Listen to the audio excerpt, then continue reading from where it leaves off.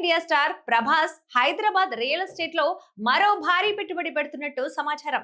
ఇటీవల కొన్ని సినిమాలు ఆశించిన స్థాయిలో ఆడకపోయినా దేశవ్యాప్తంగా ఆయన క్రేజ్ మాత్రం ఏ మాత్రం తగ్గటం లేదు.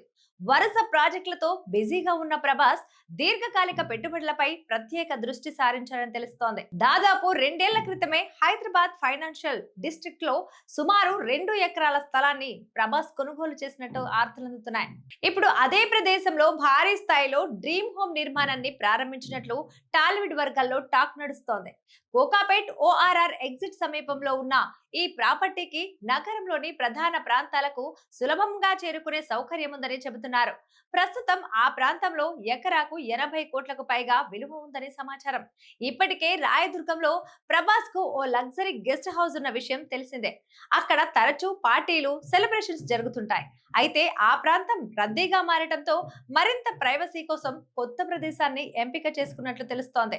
ఈ కొత్త మాన్షన్ నిర్మాణానికి సుమారు 2 ఏళ్ల సమయం పట్టే అవకాశం ఉందని సమాచారం. ఇక బాలకృష్ణ, అల్లు అర్జున్ వంటి పలువురు టాలీవుడ్ స్టార్లు కూడా జూబ్లీ హిల్స్ లో భారీ విలాసవంతమైన ఇల్లు నిర్మిస్తున్నారని ఇండస్ట్రీ వర్గాలు చెబుతున్నాయి. చిరంజీవి, రామ్ చరణ్ నివాసాల సమీపంలోనే ఈ కొత్త నిర్మాణాలు జరుగుతున్నట్టు సమాచారం. సినిమాల విషయానికి వస్తే ప్రభాస్ ప్రస్తుతం ఫౌజీ, స్పిరిట్ చిత్రాల షూటింగ్లతో బిజీగా ఉన్నారు.